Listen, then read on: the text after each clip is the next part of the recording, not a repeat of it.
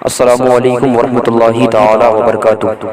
تمام عشاقان رسول، تمام عاشقان رسول، میرے سر کے تاج ہے۔ تمام دشمنان رسول، غصاخان رسول، جوتے کی نوک پر۔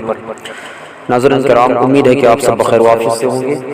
آج مسائل شریعہ کے حوالے سے اور سرکار اعلیٰ حضرت علیہ رحمت و رضوان کو اعلیٰ حضرت کیوں کہا جاتا ہے اور دوسرے اولیاء کرام کو حضرت کیوں کہا جاتا ہے، اسی حوالے سے کچھ باتیں، اور امام کعبہ کے پیچھے نماز پڑھنے کا کیا حکم ہے، اور ان لاکھوں اور کروڑوں لوگوں کی نمازوں کا کیا حکم ہے جو حج کے دوران امام کعبہ کے پیچھے ادا کرتے ہیں۔ تو اس کا شرعاً جواب خلیفہ حضور مفتی اعظم شاہ مفتی تراب الحق صاحب قبلہ مجدد ذلہ العالی والنورانی کی مقدس آواز کے ساتھ آپ کی خدمت میں حاضر ہوا ہوں۔ تو آپ اگر ہمارے چینل پہ نئے ہیں تو اسی طرح کے بروقت مسائل شریعہ اور کچھ اہم جانکاری آپ کی خدمت میں فراہم کرتا رہوں، تو ہمارے چینل کو بھی سبسکرائب کرے، لائک کرے اور آگے شیئر کرے تاکہ اس طرح کی باتیں آپ کی خدمت میں پہنچتا رہے۔ جزاکم اللہ خیرا فی الدارین۔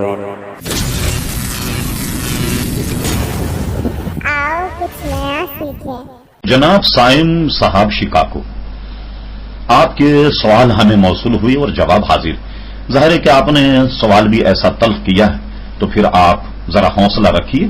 بقول شاعر چمن میں تلخ نوائی میری گوارا کر، آپ نے یہ لکھا کہ غیر بدعتی کے پیچھے نماز پڑھنا کیوں منع، یعنی آپ نے تعبیر یہ کیا کہ اہل سنت جماعت جو بریلوی مسلک رکھتے ہیں وہ ہیں بدعتی، اور وہابی اور دیوبندی جو ہیں وہ ہیں غیر بدعتی، آپ نے یہ تعبیر کی۔ اس صورت میں آپ نے پوچھا کہ ان لاکھوں افراد کی نمازوں کا کیا ہوگا جو حج کے دنوں میں ان کے پیچھے ادا کرتے۔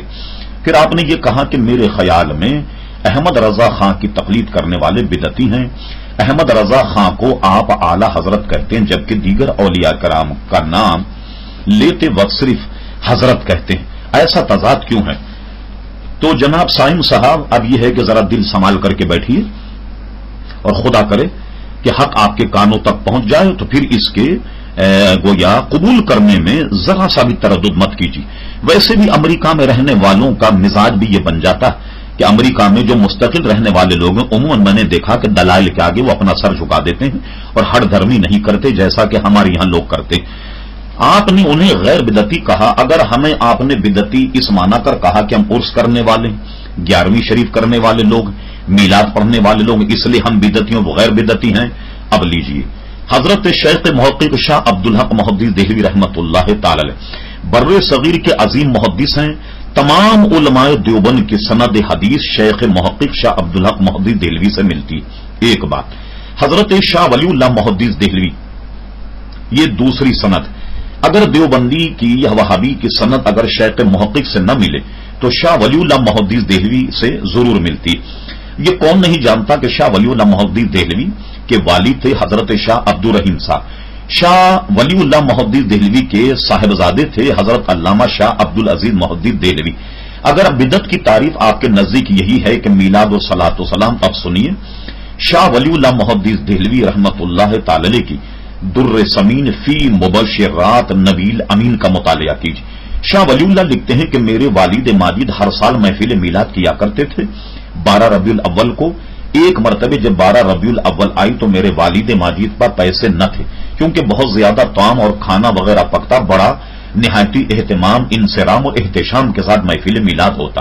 شاہ ولی اللہ کہتے ہیں کہ میرے والد ماجد نے چند ٹکوں کے چنے منگا لی اور محفل میلاد ہوا، اور محفل میلاد ہونے کے بعد میں انہی چنوں کو بطور تبرک محفل میں تقسیم کر دیا گیا۔ شاہ ولی اللہ لکھتے ہیں کہ جو بابائے سند ہیں، بابائے حدیث ہیں علماء دیوبند کے، وہ لکھتے ہیں کہ میں نے اپنے والد ماجد سے سنا کہ میں نے اسی رات نبی کریم صلی اللہ علیہ وسلم کی زیارت کی اور آپ کو میں نے دیکھا کہ وہ بھنے ہوئے چنے آپ کے سامنے ہیں اور آپ اس پر بڑی مسرت کر رہے ہیں اور بڑی خوشی کا اظہار کر رہے ہیں۔ تو سائم صاحب کیا کہیے گا آپ کہ شاہ عبد الرحیم صاحب بدعتی ہوئے، شاہ ولی اللہ صاحب بدعتی ہوئے؟ یہ بتائیے کہ علماء دیوبند کی سند میں اگر یہ بدعتی آ جائیں تو ان کی سند کا کیا بنے گا؟ یہ جواب آپ کے ذمہ ہے۔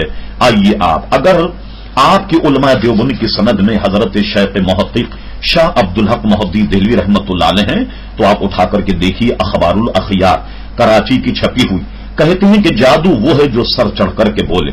ایک قول یہ ہے کہ گواہی وہ ہے کہ جو دشمن بھی گواہی دے۔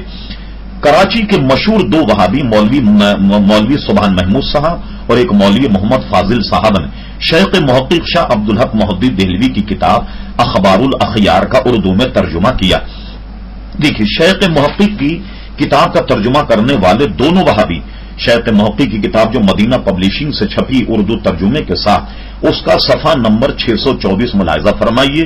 اس میں شیخ محقق نے یہ تک لکھ دیا کہ اللہ تبارک و تعالی کل قیامت میں میرے پاس کوئی ایسا عمل نہیں جو میری نجات کا باعث بنے سوائے اس کے کہ میں محفل میلاد کے وقت کھڑے ہو کر صلاۃ و سلام کا نذرانہ پیش کرتا ہوں. آپ انہی کی کتاب جو ہے شیخ محقق شاہ عبدالحق محدث دہلوی رحمۃ اللہ تعالی ان کی کتاب جو ہے وہ آپ ملاحظہ فرمائیں جو انہوں نے 12 مہینوں کے فضائل اور مناقب میں لکھی. اس میں انہوں نے پورا چیپٹر رکھا ربیع الاول پر، اور اسی طریقے سے 11ویں شریف جو ہے یعنی گویا ربیع الثانی کے مہینے پر تذکرہ کرتے ہوئے انہوں نے 11ویں شریف کو بھی جائز لکھا. تو یہ سارے بزرگان اور سب نظر و نیاز اور میلاد شریف کے ماننے والے تھے. کیا خیال ہے آپ کا کہ یہ سب کے سب بدعتی تھے؟ اگر یہ سب بدعتی تھے تو جن کی سند میں یہ بدعتی آ جائیں تو ان کی سند کا کیا بنے گا؟ اس سے اندازہ ہوگا کہ علماء دیوبند کو تو حدیث بیان کرنے کا حق ہی نہیں کہ جن کی سند میں کوئی بدعتی آ جائے. اب آئیے، آپ نے یہ کہا کہ حج کے دنوں میں ان کے پیچھے جو لوگ نماز ادا کرتے ہیں ان کا کیا ہوگا؟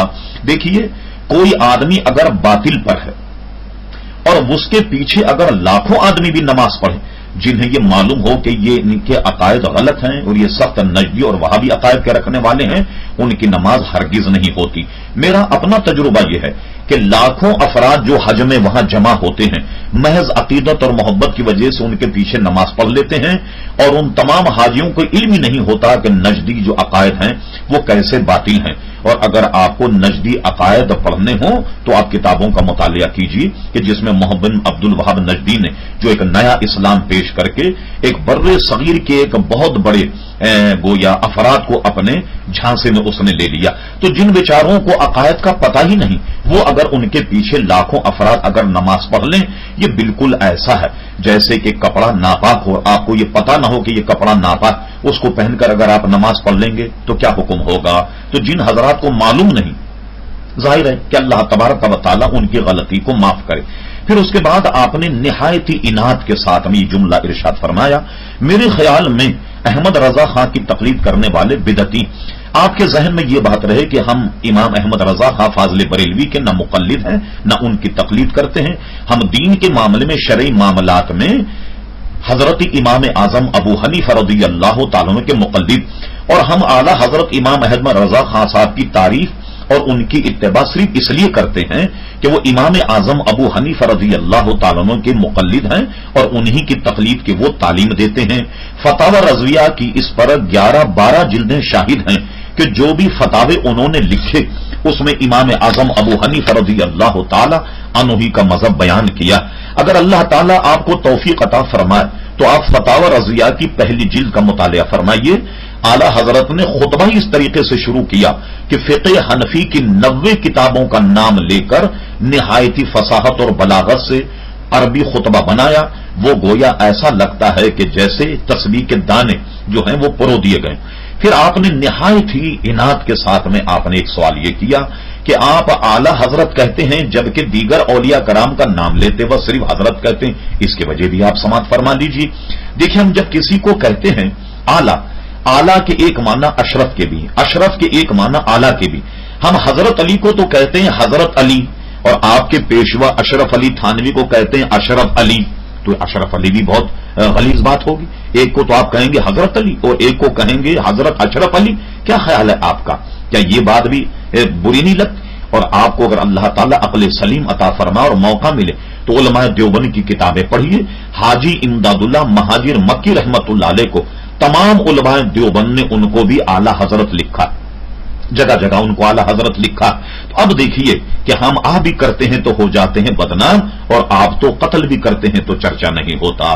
تو اعلی حضرت فاضل بریلوی کا نام تو بعد میں ہم نے اعلی حضرت طے کیا. ان سے پہلے حاجی امداد اللہ مہاجر مکی کو سارے دنیا کے وہابی 10 کتابوں میں اعلی حضرت لکھ چکے. اگر آپ کو حوالہ نہ ملے تو انشاءاللہ چند حوالے جات جمع کر کے اور آپ کی انشاءاللہ تصحیح کر دی جائے گی. میری دعا ہے کہ اللہ تبارک و تعالی آپ کو حق قبول کرنے